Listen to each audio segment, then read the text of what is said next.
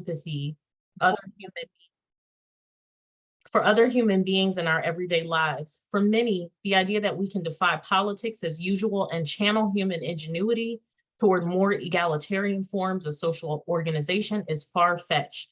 Our collective imaginations tend to shrink when confronted with entrenched inequality and injustice, when what we need is just as much investment and innovation in our social reality as we pour into transforming our material lives. So there are a couple of things I want to point out about this quote, that imagination is both an individual singular experience and it's also collective. When you walk into an ArtWell classroom, students are working together. They do individual projects, but it's also a collaborative process. We're teaching young people to work together, to use art as a tool to construct the world that they need and to construct the realities that they need, as we also work to tear down the things that aren't working. I think that one of the important aspects of this book and one of the themes that we are exploring as a team is the notion that, all these systems that don't work were constructed by someone's imagination. If someone imagined racism and sexism and school systems with no funding and schools that don't have arts. And so now how do we use our imagination to push back against that? To that end, we are now thinking more intently about what happens to students' brains when they're engaging in the art making process. And so, over the last year, we read a book called Your Brain on Art. And this is internally, we're talking more and more about how art is helping young people to build new neural pathways, helping them to heal more fully. One of the things that art does is to stimulate mirror neurons, and mirror neurons are the synapses in the brain that help us to essentially build connection and empathy with one another. And so in all of these ways, art is truly helping young people to connect, to understand each other, to feel, like we can live into this idea of Philly being the city of brotherly love and sisterly affection. And that's hugely important. And over the course of time, as students engage in art, they start to improve their emotional intelligence as well, because they now have a toolkit for understanding their own emotions and the emotions of others, which, essentially helps them to lean into building more peaceful communities. I think one of the things that we talk often about is the fact that, students, as they're moving through the art making process, they are also developing critical thinking skills, and teaching artists lead them through that. They're building new ways of problem solving as they engage with our curriculum. And all of these things, again, help young people to become more whole individuals, more healthy individuals, and have tools to process and regulate all the things that happen within their bodies.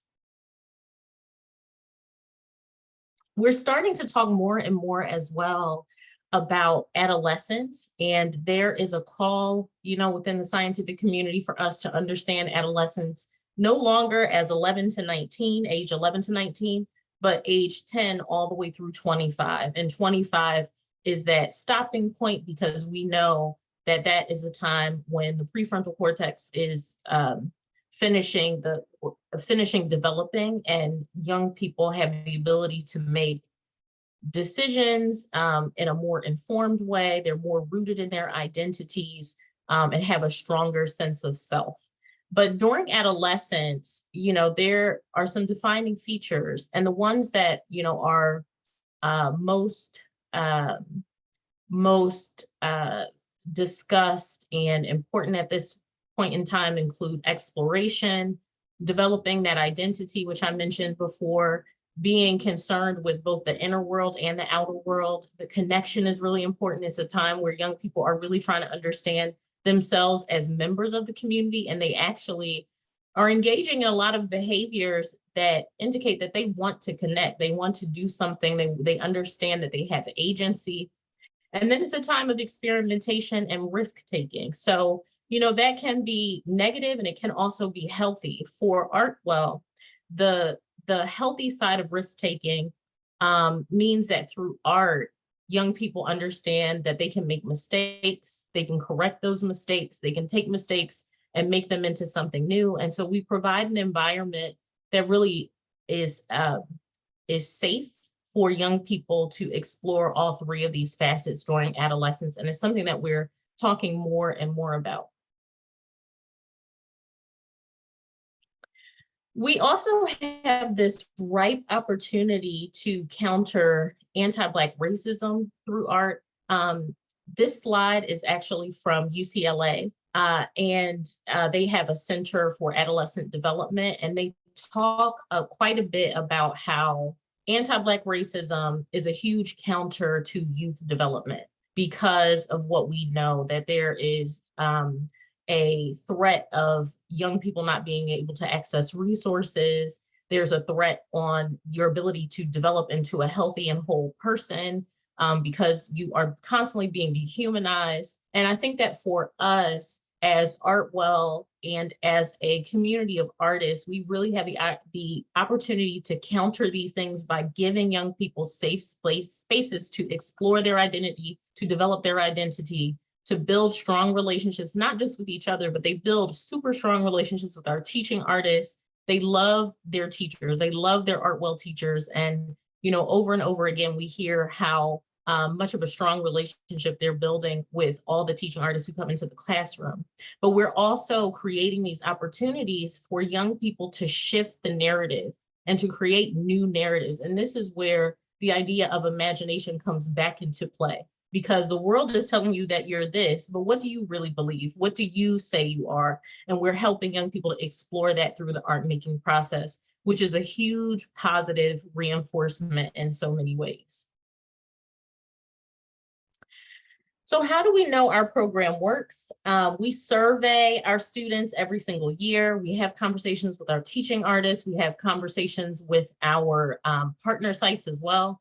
And when we asked them last year what they liked best about ArtWell, these are just a handful of some of the responses, but I do want to read each one just to give voice to what they said. I can voice my own opinion and say how I feel. I liked my ArtWell classes because I learned how to show my artwork without being embarrassed. I liked learning about being a leader. I like that since taking ArtWell classes, I now feel better about sharing my work with others. I like that they care about us. I like that ArtWell made me think.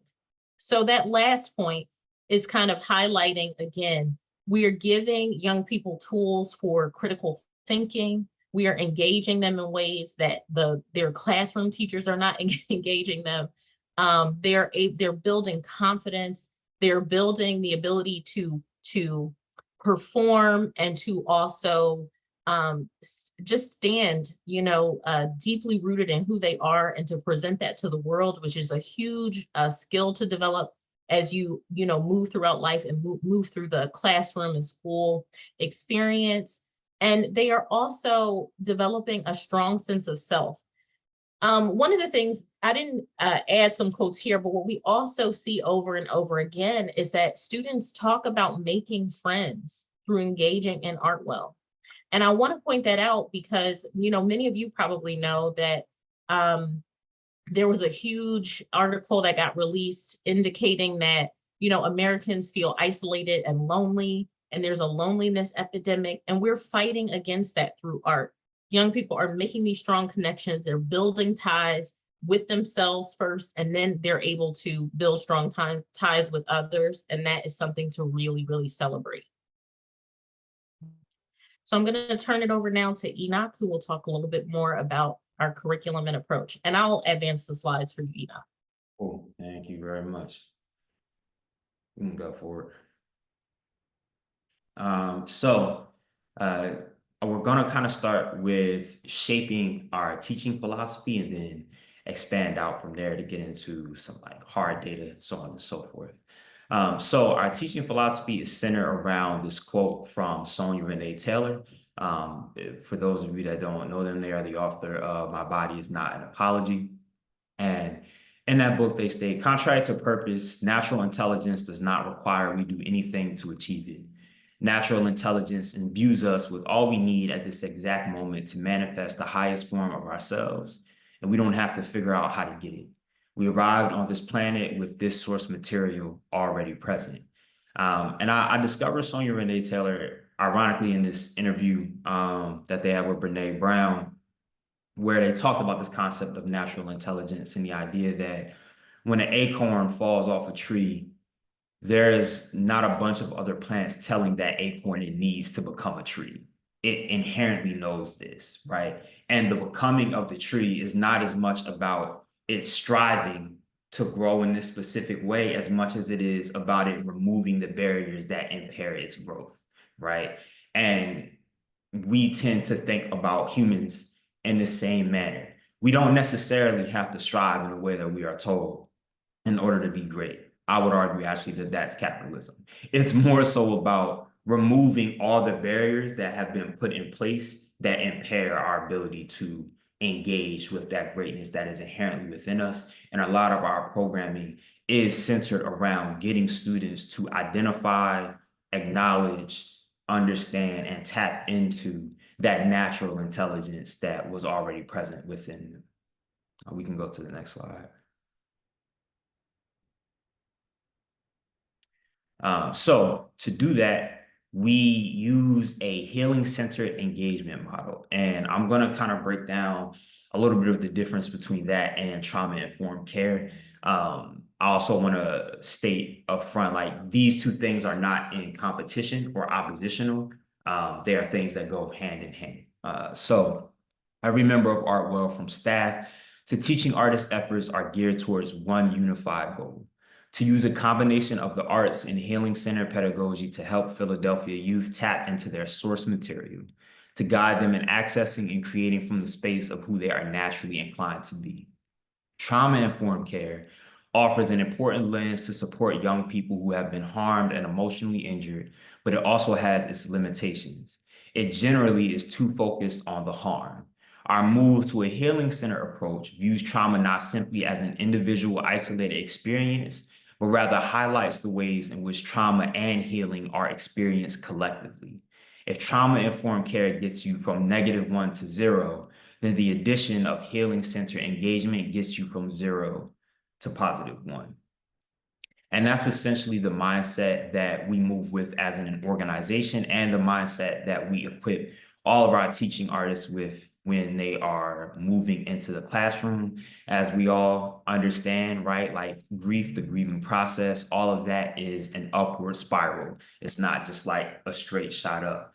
And so acknowledging that both trauma-informed care and healing center engagement have to work in tandem to motivate students and just humans in general to access their full selves, I think is an important note that we want to instill in everyone who is partnering with our organization. We can go to the next slide. So our programmatic areas of focus. In youth education, we have 3 current running programs. One is We the Poets, which is all about using poetry as a tool to enhance students' emotional understanding of self, enhance their emotional toolkit, as well as get them into the practice of living vulnerable lives, right? I think there can be a lot of negative stigma around vulnerability, but it is one of our strongest tools, especially as it relates to human connection. Our second program is the Art of Growing Leaders, which is a more visually art-centered program, but visual arts through a bunch of various mediums, from painting to collage making to sculpture making. And that program is all about exposing students to the various mediums of visual arts in the beginning, and then transitioning from that visual arts and self-exploration to galvanizing them around using those arts as a means for social and community activism.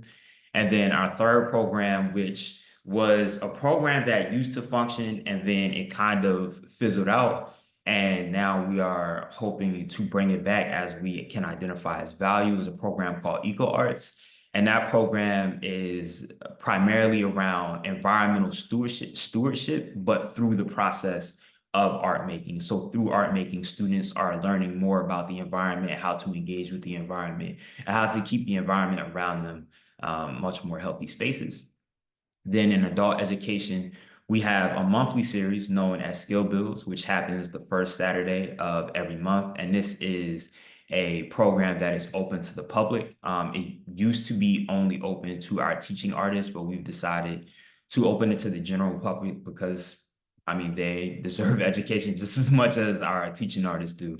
And those skill builds are one-off workshops where we usually hire a guest facilitator to come in and facilitate on something that they feel like is their area of expertise that relates specifically to the teaching artist practice, career as an artist, anything involving like facilitation or classroom management, mindfulness, best practices. It can span a range of things as long as it ties into the arts and mental health. As Malia mentioned earlier, we have our Reading Well series, which is really just a big organizational book club, where right now we are going through, I'm just blanked on the name of the book, but the Ruha Benjamin book that she spoke about earlier. And then we also have professional development and trainings for our teaching artists and board members as well. And I really want to highlight the board member part because the board members are not in the classroom, right? They're not facilitating. And so one could argue, you know, what is the purpose in having them go through the same educational process as the teaching artists? And from the program side, I think it's really important that every member of the organization is on the same page, regardless of what your role is. We all have to understand how we want to move forward as a creative body. And we all have to have aligned values. And so even though the board is not in the classroom, they still attend the trainings, they still attend the professional developments because the knowledge is good for them to have as well, especially if they're going to be in decision-making seats for these people who are in the classroom, right? We all have to understand how things work from top to bottom, bottom to top. And then community program wise, which this is a list we are looking to add to as well, pending we can get some more funding. Right now we have the annual art and poetry show that we have at the galleries at Moore. And this is a really, really beautiful and expansive community program that we have. This year will be our fourth one. And last year was our first time being able to solidify an annual contract. So with the galleries at Moore, we now have an annual contract with them, meaning that we have access to that space every year for the art show. So hustling to find a venue and get all those things together are now things we don't have to be concerned with anymore. And last year was our biggest turnout. And for more context, this art show is where we take a good majority of the artwork that the students created. That's poems, that's visual art, that's collages, that's murals, that's sculptures, and we put it on display in this art exhibit, right? Just like they are real life paid artists. And there are a lot of studies that we have read through that talk about the importance of visibility for youth and the ways in which being visible, the ability to be seen, can add so much empowerment to just their everyday lives, especially because we often engage in a culture of erasure when it comes to children, specifically children and old people, I would argue. And it's not healthy, nor does it lead to the futures that we often talk about wanting to build socially and communally. We can go to the next slide. So right here, we have these snapshots done by me and our communications director, Tiffany Zerby, who's a great person as well. And these are essentially like a quick look at We the Poets and the Art of Growing Leaders programs, because they are our main programs. And I won't read through the whole thing, but I'll just highlight some key points. Both programs are around 25 weeks in duration. They involve our teaching artists going into a school once a week. And we use a co-facilitation model predominantly. There are some solo facilitated classes, but most of them are solo facilitated. And We the Poets, at the bottom, you'll see where it says skills learned. They're learning poetic devices, poetic forms, figurative language, relationship building, emotional expression, engaging with vulnerability, the art of noticing and giving and receiving feedback. In the art of growing leaders, students are learning conflict resolution and problem solving, collaboration, giving and receiving feedback, and how to use art for healing, processing, activism, and play and joy, right? Because art does not always have to be political. It does not always have to be purposed. And specifically because we are often working with Black and Brown children, I think it's really important to highlight that everything you do does not have to be in service of the community. I think that is one of the things we often perpetuate onto members of the community that leads to burnout, right? Leads to fatigue, leads to emotional unwellness, right? There are things that we can do strictly for ourselves. And that's also something that we want to instill in our students. Definitely be community minded, but don't be so community minded that you forget about yourself. So we can move on to the next slide. So here are some quick, just like Philadelphia general statistics. Philadelphia, by and large, is a Black city. Of the 1.5 million citizens in Philadelphia, 40.2% of those citizens are Black. Of the 197,000 students that are in our Philadelphia schools, approximately 50% of them are Black. Approximately 25% of the teachers in Philadelphia school districts are Black. So that's 24% teachers to that 50% student body. And only 4% of those are Black men, right? Which I'm highlighting to juxtapose to the ArtWell statistics that are going to be on the next slide. And this table here, this graph, oh, you can go back real quick. This graph that you see at the bottom is a chart of the enrollment rates of students in Philadelphia from, it looks like 2020 into now. And as you can see, the enrollment rates have been on a steep decline, right? And that is for multiple reasons. One, we have a lot of financially compromised citizens in Philadelphia, which also means that a lot of responsibility can tend to stretch to students. During the pandemic, there were multiple times where I was teaching classes and some students were on Zoom at work. Some students were on Zoom babysitting, right? And this is during school time. There also was just a lack of investment in the school systems, which I don't think is the same as a lack of investment in education. I think more so it's a marker that the education system we are currently funding in is not functioning in a way that aligns with the students and what their lived experiences are. And these are all things that ArtWell as an organization is working actively to combat. So we can go to the next slide. So throughout the last year, we have been in a process of curriculum redevelopment.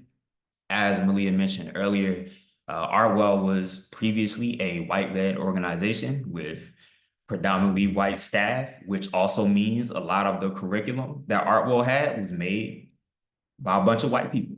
And that is not the organization's face currently. We are a predominantly Black team. And because historically we have always been engaging with students of color, by and large, compared to the percentages of white students that are participating in ArtWell programs, we wanted to make sure we had curriculum for these programs that reflected that. So ArtWell aims to maintain an educational team and pedagogy that reflects the communities we engage with. And that means having a teaching cohort that reflects the ethnic, gender, and sexual identities of the populations we serve. A large portion of our teaching artists are Black. And to that 4% of teachers in the school district that are Black men, we have 22% of our teaching artists that are Black men. So we are also enhancing reputation in that regard. We also are deeply invested in having an organizational culture, organization members, partners, and pedagogy that reflect the humanistic values and politics of ArtWell. We are now getting into a space where we are being much more diligent with school partners that we are working with, thinking about how they're engaging with students, thinking about if they have well-meaning intentions and making business decisions based on our community first approach as opposed to our finances first approach that could have been a thing in previous years. And then also implementing ArtWell's three cultures of healing centered engagement. One is maintaining a culture of humanity. And what that means is that teaching artists coming into class understand that being a teacher is essentially a function of the role they have been given, right? They have been identified to be the people who have had a lot more lived experiences than these students, but being a teacher is not a humanity value system, meaning that you are not more important than your students because you are the head of the class.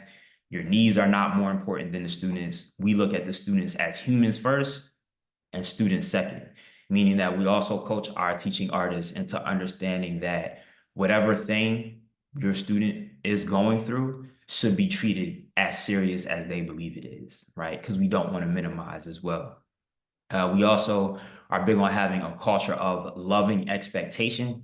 And that's in quotations because we don't want people to get confused. We're not saying we have a culture of loving having expectations placed upon you, but loving expectation is expectation that is held based on what we understand and know to be true about the students we are engaging with, right? So for example, if you have a student that might be neurodivergent and they have a limited social capacity, for example, an expectation not acknowledging their humanity would be, okay, we're going to do this group assignment and I'm expecting them to be as energized and as engaged as all the other students, right? That's unrealistic given what you have seen about this student so far. So a loving expectation is an expectation around their engagement that is set and communicated based on what you have identified about the student and what the student has identified to you about themselves, right? So if you know this student has a limited social battery, maybe you put them in a smaller group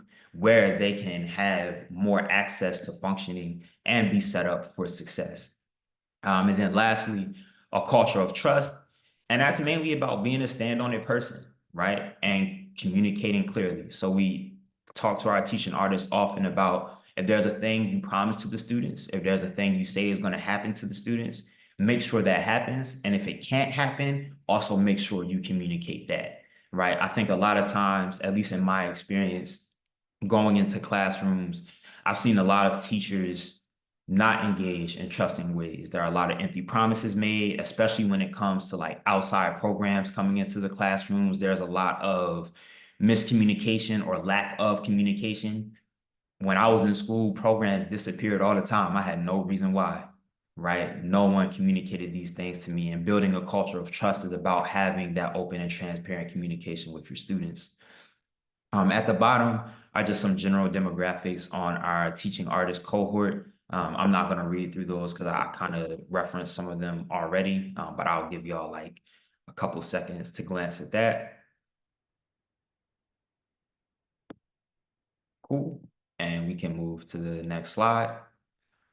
So diving a little deeper into our two main programs, We the Poets and Art of Growing Leaders.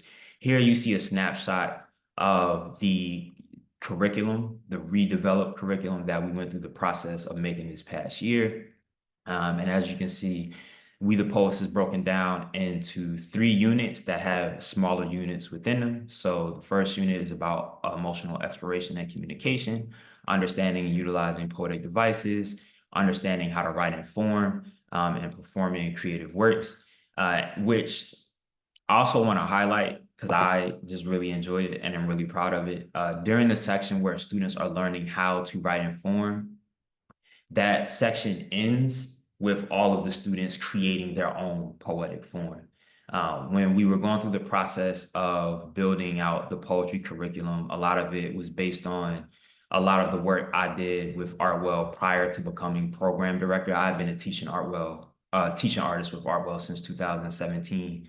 And one of the things that I always stress to the students is all of this like poetry canon, the Shakespeare's, the Emily Dickinson's, all of these things that like they promote to you, sonnets, all of this, all of it is made up, right? There was no one that solidified this really as like a thing. It just became popular and then was what it was, right?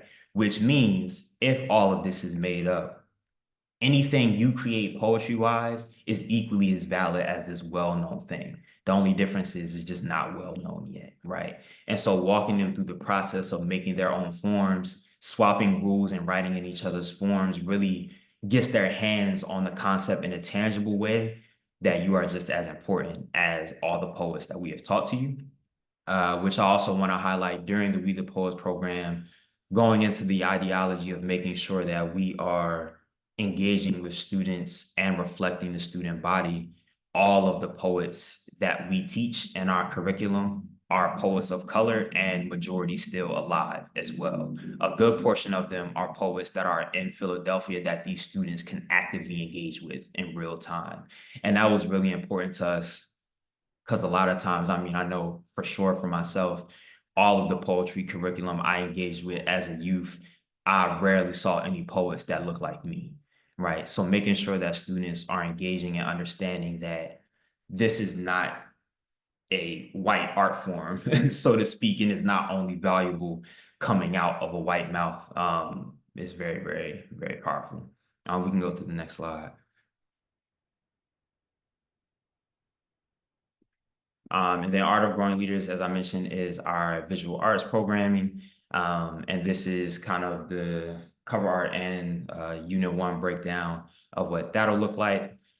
Here, there are a couple of things that I just want to highlight in terms of how we lesson plan. We have a unit overview, which goes back to clear communication with the students, essential questions, and then like a word bank of vocabulary or unfamiliar words that might come up, because a lot of this, although it is heavily focused on process, is also about instilling and equipping students with tools to navigate through these processes as well. And we can move to the next slide. And here's just a list of our teaching artists. We know y'all don't know these people.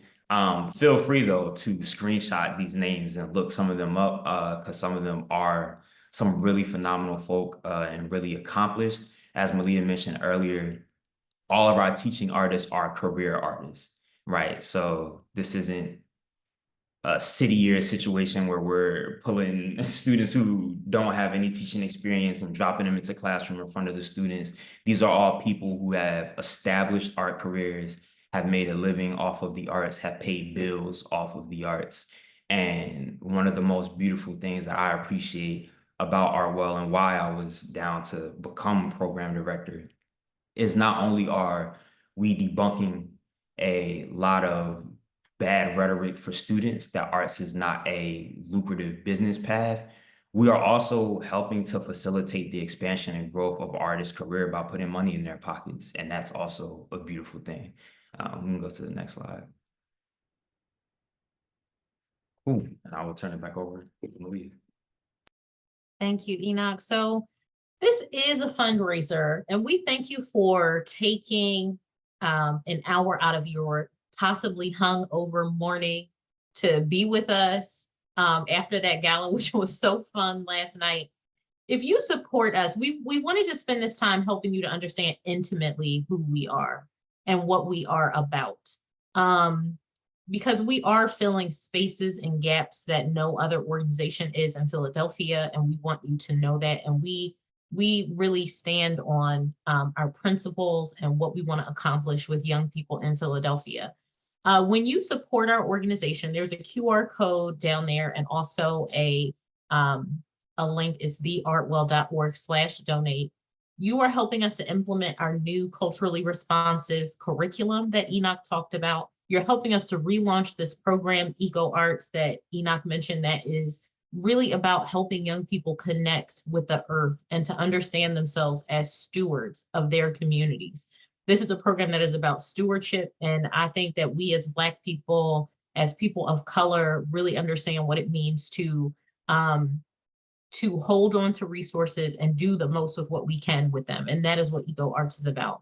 We're providing trauma-sensitive and healing-centered arts programming for 1,000 youth all over Philadelphia.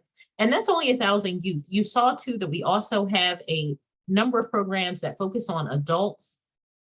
And we want to continue growing in those areas as well. We want to continue growing into the communities that we serve and reaching more adults and helping adults understand young people and how to serve young people and how to create child honoring spaces. And then you support our teaching artists who are, as Enoch mentioned, career artists who are bringing their time and their talent. They don't have to, but they bring their time and their talent into classrooms in Philadelphia because they understand the need and they understand the vitality of art and art as a life-saving thing. So, with that, you can again scan the QR code if you would like to donate. You can go to our website. You can also support any of the auction items that are available as well. And with that, I do want to leave like a couple minutes for Q&A if anyone has questions.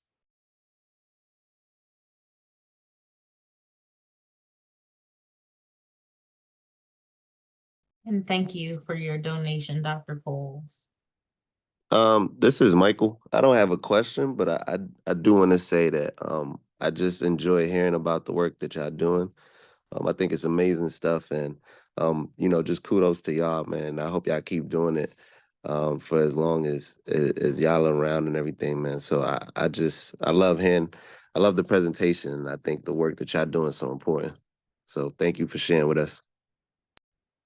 Thank you so much for that positive feedback. Feedback is love. That's what we say here.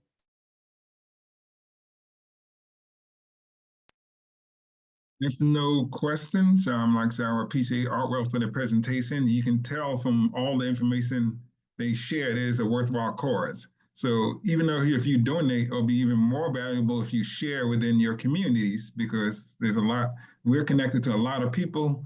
A lot of people don't know, this is the first time I heard of ArtWell since I'm organizing for this conference.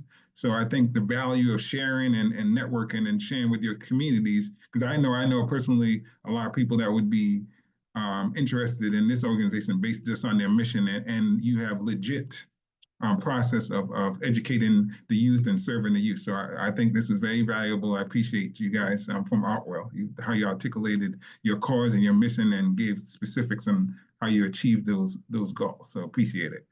But before we go, we did an auction last night, and we raised about $1,185. So I do want to announce the winners. Some winners may be on the call, some may not. If you're not on the call, we will be contacting you to figure out how to get you these these prizes. The first auction item that was awarded, or that person that won, it was the 4-hand pour premium candles, and the winner of that auction item was Doris Taryn. And then we had I believe this is a registration of the American College of Lifestyle Medicine Virtual 2024 Conference. The winner of that was Kara Jefferson. And then we had some student art. So the ArtWell student art, one was Senta Benson, and the student art 2 was Michael Williams. Student art 3 was Selena Gillis. Student art 4 was Latanya Clark Chalmers. Student art 5 was Daniel McCamey, and student art 6 was Dr. Marshall Blue. And then we had the gift baskets. Gift basket 1 was Selena Gillis. Basket 2 was Marilyn Mapp. Basket 3 was Adrian Lennon. And basket 4 was Tara Howard. And basket 5 was Deetra Robertson. And the last thing was the spa package, which was won by Latrice White. So congratulations to all the winner. Thank you for contributing to the cause. So like I said, we'll be in touch with you to figure out a way if you cannot pick up your items today. So once again, thanks. Let's give a hand clap if we can to ArtWell for their wonderful presentation, and we're looking forward to continuing to support them in any way we can. So thank you. Thank you all so much. And you guys have a safe trip if you're traveling today.